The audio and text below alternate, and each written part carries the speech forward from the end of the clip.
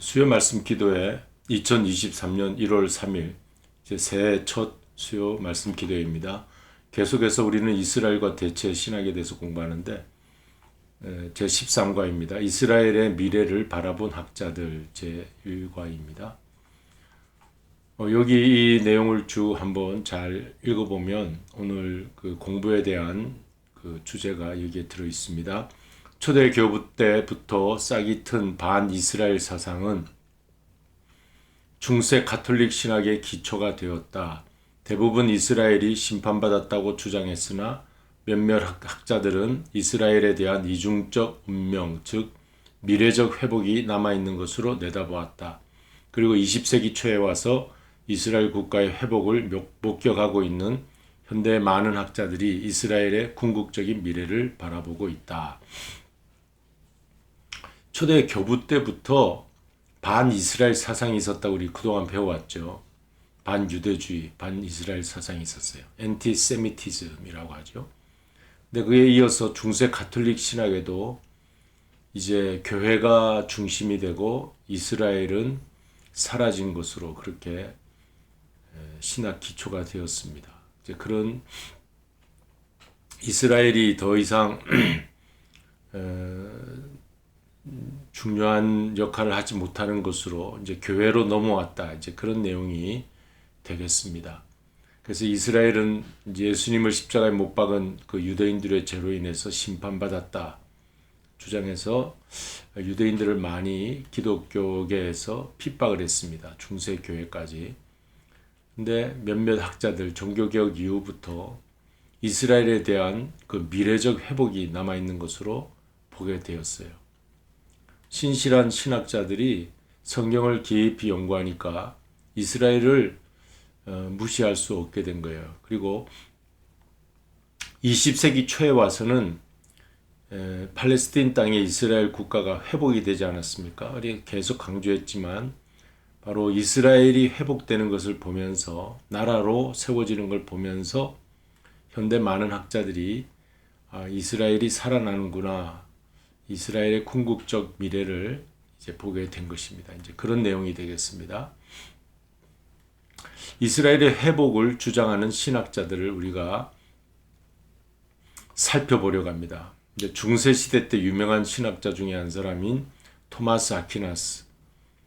교회사에서 공부할 때 이제 토마스 아퀴나스가 중세 신학자 스콜라 학파의 이제 큰 학자로 그렇게 우리가 공부를 했는데 이 중세 기독교, 중세 가톨릭 신학의 대표적인 신학자가 됩니다.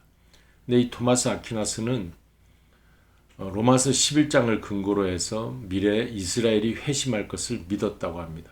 놀라운 일이죠. 당시에 전체 주류 기독교계 가톨릭, 로마 가톨릭 그 교황청의 그 권위가 이스라엘을 사라진 것으로 보고 교회가 대체하였다. 이런 게 이제 주류 신학이었는데 토마스 아퀴나스는 그 가운데에 있으면서도 이스라엘이 미래 회복하지 않을 것인가 이렇게 믿었다는 거예요. 로마서 11장.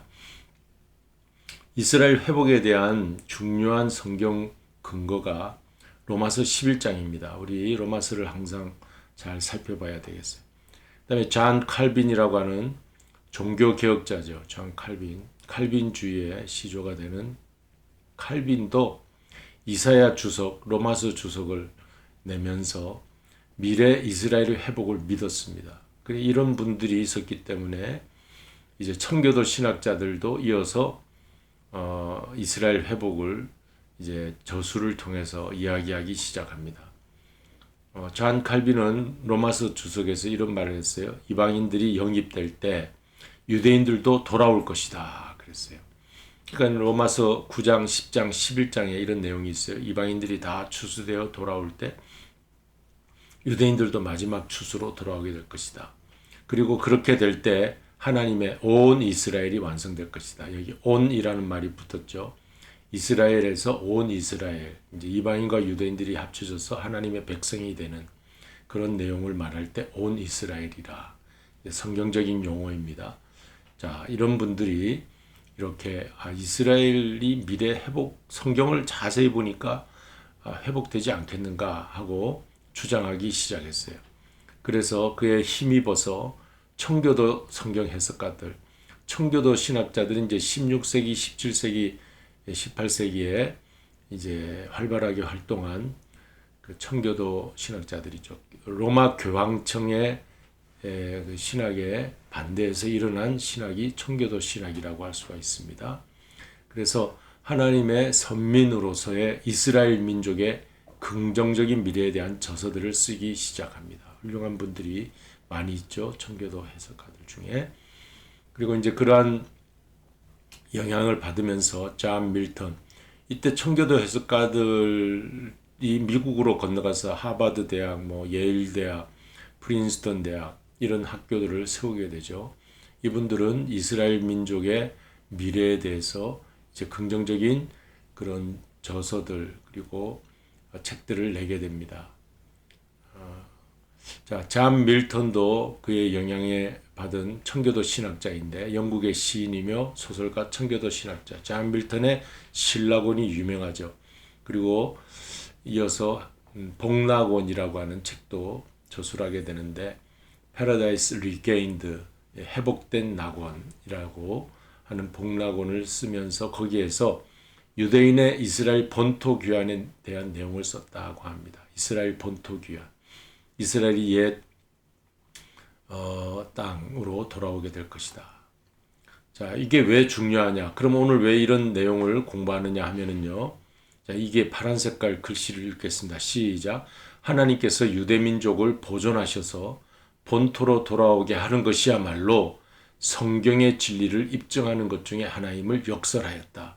자, 우리가 왜 이스라엘과 대체 신학을 공부하고 또 이렇게 이스라엘이 본토로 돌아온다 이걸 계속 강조하고 있느냐 하면은 바로 하나님의 그 구원 계획 시간표에 이스라엘이 꼭 돌아오는 것으로 되어 있기 때문에 그렇습니다. 그래서 이스라엘이 세워지고 고토로 돌아오는 것을 보면 하나님의 구원 계획은 1점의 오차도 없이 그대로 이루어지고 있구나. 그래서 우리의 그 신앙관이 든든해지는 것이죠. 그러니까 이 역사 속에서 실제로 이스라엘 역사를 보면서 우리의 신앙도 든든해질 수 있기 때문에 이런 공부를 하고 있는 것이지 따로 이스라엘과 대체 신학을 이렇게 강조하면서 공부하는 것이 아니라는 것이죠. 바로 이 사실 성경의 진리는 하나님의 말씀은 그대로 입증되는 것이다. 이것입니다. 그 다음에 조나단 에드워즈 여기까지 오늘 살펴볼 텐데 다음 주에는 이제 20세기에서 어떤 학자들이 이스라엘 그 유대인들이 본토로 돌아오는가 이제 그걸 공부하고 오늘은 18세기 미국에서 가장 영향력 있던 영적 지도자가 조나단 에드워즈입니다. 자, 이런 분들에 대한 이름들은 우리가 한 분 이름들은 우리 알아두는 것이 좋겠죠. 미국의 영적 대각서 운동을 일으킨 분이 조나단 에드워즈. 그래서 프린스턴 대학 학장도 지냈고 칼빈주의자인데 이런 훌륭한 분들도 자 요한계시록에 관한 글들이라고 하는 그 저서를 내면서 요한계시록을 깊이 읽어보니까 이스라엘의 미래를 정확히 예언하게 되는 거예요.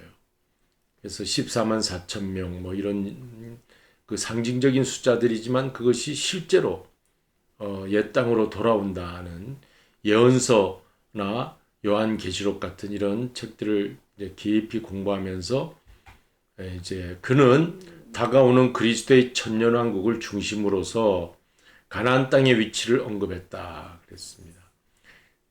천년왕국 그리스도가 천년왕국의 왕이 되셔서 만왕의 왕으로 온 세상을 다스리게 될 때 지금 팔레스틴 땅, 가나안 땅, 그 이스라엘이 지금 새롭게 독립하여 국가를 이루고 있는 거기에서부터 하나님의 그 천년왕국의 역사가 이루어질 것이다 하는 그런 18세기 분인데 벌써 20세기의 이야기를 하고 있네요.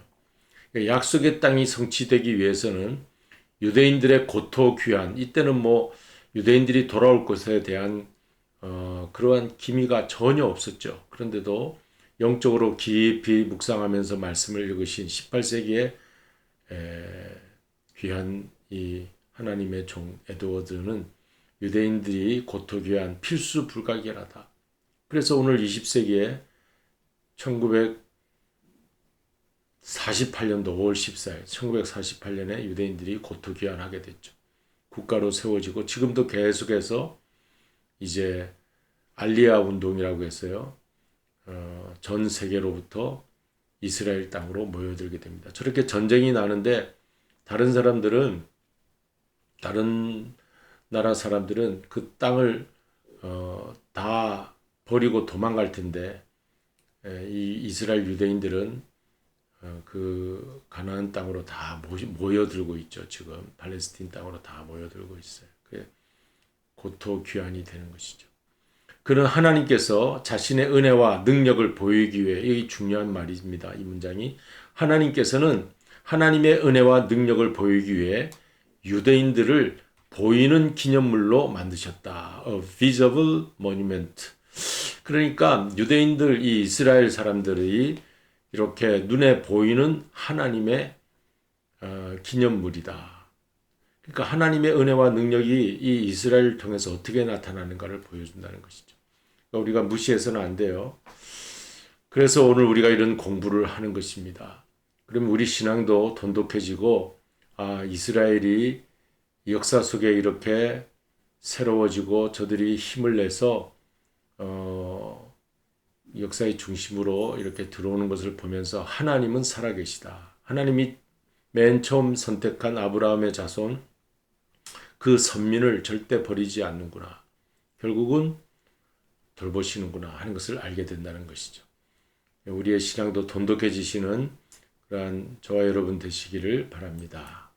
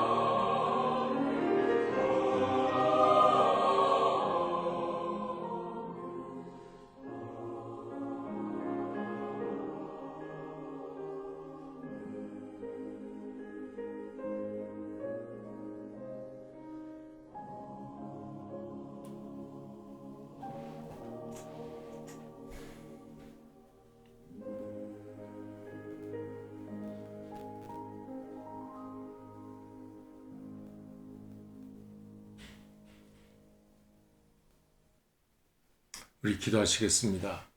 감사하신 아버지 하나님, 우리가 이 세상 어지럽고 우리가 다 알 수 없는 이상한 일들도 일어나는 세상이지만 그러나 하나님께서 구원하시고 이제 낙원을 회복하셔서 천년왕국이 시작되고 새하늘과 새 땅이 우리 앞에 펼쳐질 줄로 믿습니다. 그때까지는 이 어려운 시험과 어려운 여러 가지 많은 일들 가운데에서도 우리가 굳게 신앙을 붙잡아야겠습니다. 구원의 계획표 가운데 이스라엘을 통하여 역사하시는 하나님, 오늘 우리 이방인들인 저희들에게도 그러한 사실을 보면서 하나님의 살아계심을 보여주시는 줄로 믿습니다. 이러한 것에 큰 우리가 믿음을 굳게 가질 수 있게 하여 주시옵소서. 예수님의 이름으로 기도하옵나이다. 아멘. 하늘에 계신 우리 아버지여, 이름이 거룩히 여김을 받으시오며 나라의 임하옵시며 뜻이 하늘에서 이룬 것 같이 땅에서도 이루어지이다. 오늘날 우리에게 일용할 양식을 주옵시고 우리가 우리에게 죄 지은 자를 사하여 준 것 같이 우리 죄를 사하여 주옵시고 우리를 시험에 들게 하지 마옵시며 다만 악에서 구하옵소서. 내게 나라와 권세와 영광이 아버지께 영원히 싸움나이다. 아멘.